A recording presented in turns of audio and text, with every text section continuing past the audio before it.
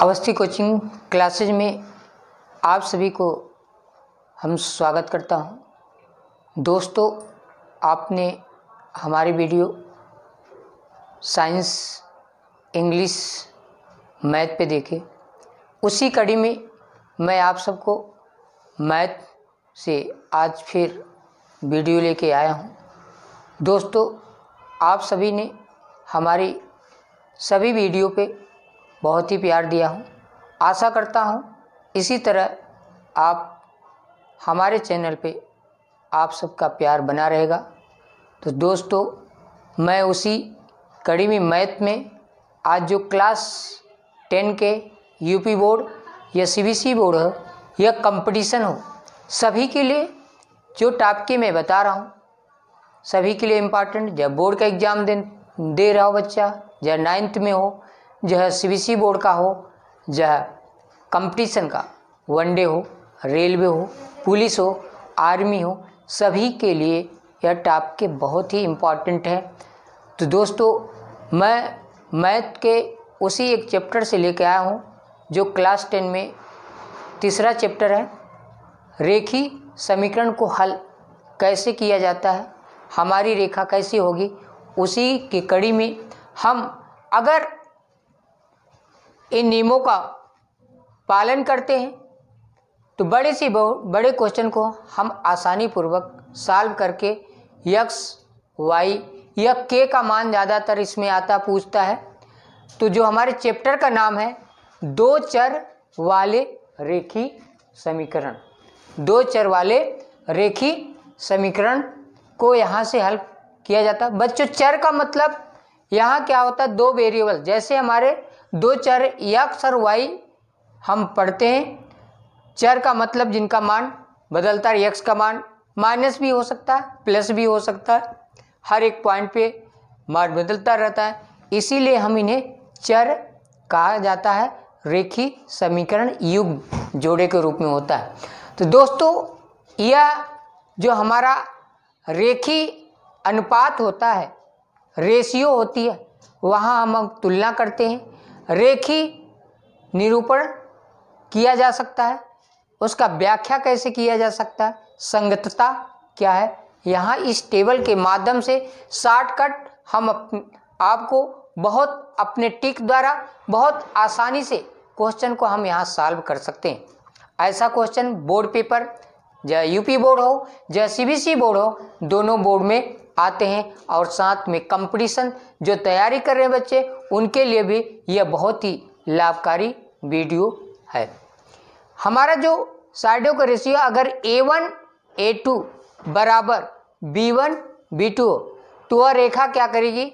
वह प्रच्छेद करती है, एक दूसरे को काटेगी। उसका एक हल मतलब अदिति, इसके एक ही हल हो सकता है, उसका मतलब होते अदिति, और दूसरा कोई हल नहीं होगा, निकाय संगत होगा। दूसरा, अगर A1 A2 बराबर B1 B2 बराबर C1 C2, अगर आपस में ये रेशियो अनुपात अगर तीनों बराबर है तो रेखा एक दूसरे संपाती होती। संपाती का मतलब एक रेखा दूसरी ऊपर होकर ही जाती है। इसके अनंत हल हो सकते हैं, x या y के मान कई हो सकते हैं, निकाय संगत होगा। उसके बाद A1 upon A2 B1 upon B2 equal to not C1 upon C2। C1 अगर C2 आपस में बराबर नहीं है तो रेखा क्या होगी? समांतर। समांतर का मतलब होता है एक दूसरे हमेशा बराबर। जैसे रेल की पटरी होती है वह समांतर होती है, उसी तरह से हमारी समांतर रेखा मिलेगा। जब दोस्तों समांतर जाता है, रेखा जाती है, तो कोई उसका हल नहीं होता है, निकाय असंगत होगा। मतलब यहाँ समांतर से ही पता चल जाता है अगर कि क्योंकि उनके बराबर दूरी है, जब तक कोई रेखा मिलेगी नहीं तब तक उसका कोई सलूशन नहीं हो सकता है, जब तक इंटरसेक्ट नहीं करेगी। अपने अगर लाइफ से इसको जोड़ के देखेंगे दो लोग एक ही परिवार हो, अगर एक लड़का अलग राह पे जा रहा है, एक लड़का अलग राह पे जा रहा है, तो इसका कोई सलूशन नहीं हो सकता है बेटा। जब तक दोनों का मिलना इंटरसेक्ट नहीं होगी तब तक उसका कोई हल नहीं हो सकता है। अब दोस्तों मैं लिए चलता है A1 A2 B1 B2 C1 C2 क्या होते, कहाँ से मिलते हैं, ये जनरल फार्मूला हमें याद होना चाहिए। हम किसी समीकरण को A1 x plus B1 y plus C1 बराबर 0, कोई भी रेखा जैसे 3x plus 5y plus 2, constant का मतलब C का मतलब कांस्टेंट होता है, इस तरह से समीकरण हमारा मिल सकता है। अगर हमारा दूसरा समीकरण A2x plus B2y plus C2 हो बराबर 0, मतलब यहाँ हमारी रेखा इस तरह से हो सकता है 5x प्लस 4y प्लस 5 बराबर 0। इस तरह से अगर दो रेखा दिया गया हो, उसके अगर रेखा कैसे आलेखित कर सकते हैं, अगर इसमें A1 A2 का रेशियो बराबर B1 B2 के नहीं है तो वह रेखा प्रच्छेद करेगी। अगर A1 A2 बराबर B1 B2 but C1 C2 भी आपस में बराबर है तो वह रेखा एक दूसरे को संपाती हो गए, मतलब रेखा एक के ऊपर एक जाएगी।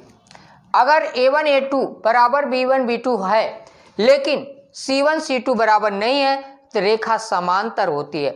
समांतर रेखा का मतलब एक दूसरे के बीच की दूरी इस तरह से कभी भी एक दूसरे को इंटरसेक्ट नहीं करेगी, कभी एक दूसरे को रेखा नहीं काटती है, तो उसे हम समांतर रेखा।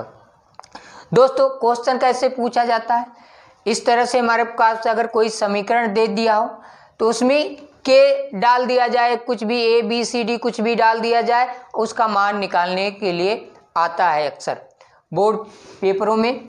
जैसे हमारे पास ये समीकरण है तो A1x प्लस KY माइनस, ज़्यादातर बच्चे गलतियाँ क्या करते हैं, समीकरण इस तरह से है, इसको अगर हम इस तरह नहीं करेंगे माइनस प्लस का गलती हो सकती है, x प्लस KY माइनस 1 बराबर 0।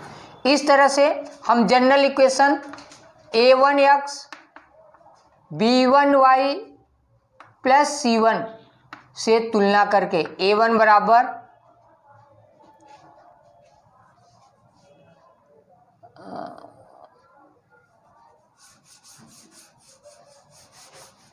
हमारे पास 2x प्लस KY माइनस 1, हम तुलना कंपेयर करते हैं, A1 के स्थान पे 2, B1 के स्थान पे K, C1 के स्थान पे -1, माइनस के साथ यहाँ दोस्तों रखा जाता है मान।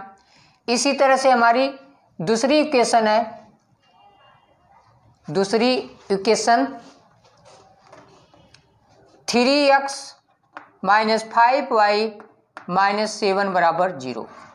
अगर हमें जनरल फार्मूले से कंपेयर किया जाए A2x plus B2y plus C2 बराबर 0, A2 के स्थान पे 3 है, B2 के स्थान पे -5 है, C2 का स्थान पे -7 है। अब क्या करते हैं, बहुत ही आसान तरीका है, अब हम K का मान आसानी पूर्वक यहाँ से हम निकाल सकते हैं। कैसे दोस्तों, आप हमारे चैनल में शुरू से अंत तक बने रहेंगे तभी टॉपिक समझ में आएगी। हमारे पास जो A1 अपान A2 बराबर B1 अपान B2 बराबर C1 अपान C2, इस तरह से A1 B1 C1 का मान रखते हैं। A1 का मान 2 है, 2 रखेंगे, A2 का मान 3 है, 3 रखेंगे।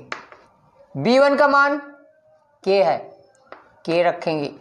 B2 का मान -5 है तो -5। C1 का मान -1 रख देते हैं। C2 का मान -7 है। इस तरह से रख के अगर माइनस प्लस है तो माइनस ऊपर नीचे कट जाता है और हम मान निकालते हैं। आपस में ये तीनों बराबर नहीं है, हमारे पास A1/A2 नहीं है, तो क्या करते हैं, पहले ये 2 मान ले लेते हैं। हमारा जो कंडीशन था A1/A2 बराबर नॉट B1/B2 है, तो रेखा कैसी होती है, परछेद करेगी। ग्राफ ही अगर निरूपण करेंगे तो वहाँ ये इंटरसेक्ट के रूप में हमें मिलेगी, परछेद करती हुई रेखा मिलेगी। इसके क्रॉस मल्टीप्लाई करते हैं। 3k बराबर -5 × 2, k बराबर -5 × 2/3, मतलब 5 दूनी 10/3। k का मान निकल के आएगा -10/3। इस तरह से इस चैप्टर में दोस्तों, और मैं क्वेश्चन को कराऊंगा, इसमें इस तरह से k का मान निकालने के लिए हर साल बोर्ड हो, चाहे यूपी बोर्ड हो, चाहे सीबीएसई बोर्ड हो, कंपटीशन में भी इस तरह से समीकरण हल करने के लिए आता ही आता है। तो बहुत आसानी पूर्वक अगर हमारे जो तीनों कंडीशन है A1 A2 और B1 B2 और C1 C2 अगर एक कंडीशन याद है तो दोस्तों बहुत ही आसान तरीका है। मैं पुनः एक बार समझा देना चाहता हूँ। इस तरह से आसानी पूर्वक हम किसी भी x और y के मान में दिया हो तो उसके रेखा कैसी होगी, अगर A1/A2 बराबर नॉट B1/B2 है तो रेखा परछेद करेगी। अगर A1/A2 बराबर B1/B2 बराबर C1/C2 तो रेखा क्या होती है, अगर तीनों आपस में मान बराबर है तो रेखा एक दूसरे के ऊपर ही जाती है। अगर A1/A2 बराबर B1/B2 बट C1/C2 बराबर ना हो तो रेखा क्या होती है, समांतर होती है, कभी भी इसका कोई हल नहीं होता है। तो दोस्तों, अगर हमारी ये वीडियो आप सभी को अच्छी लगती है तो मैं आप सभी से, चाहने वालों से गुजारिश करूंगा कि ज़्यादा से ज़्यादा हमारे वीडियो को शेयर करें, सब्सक्राइब करें, लाइक करना न भूलें दोस्तों, और हमें कमेंट ज़रूर करें दोस्तों। सभी से मेरी ये गुजारिश है, चाहने वालों से, वीडियो कैसी है, तभी हमें अपनी कमियों का एहसास होगा और हमारा मनोबल और ज़्यादा बढ़ेगा, और जिसके हम अच्छी से अच्छी वीडियो को आप सबको प्रकाशित कर सकें। इसी के साथ मैं अपने वीडियो को द एंड करता हूँ। धन्यवाद।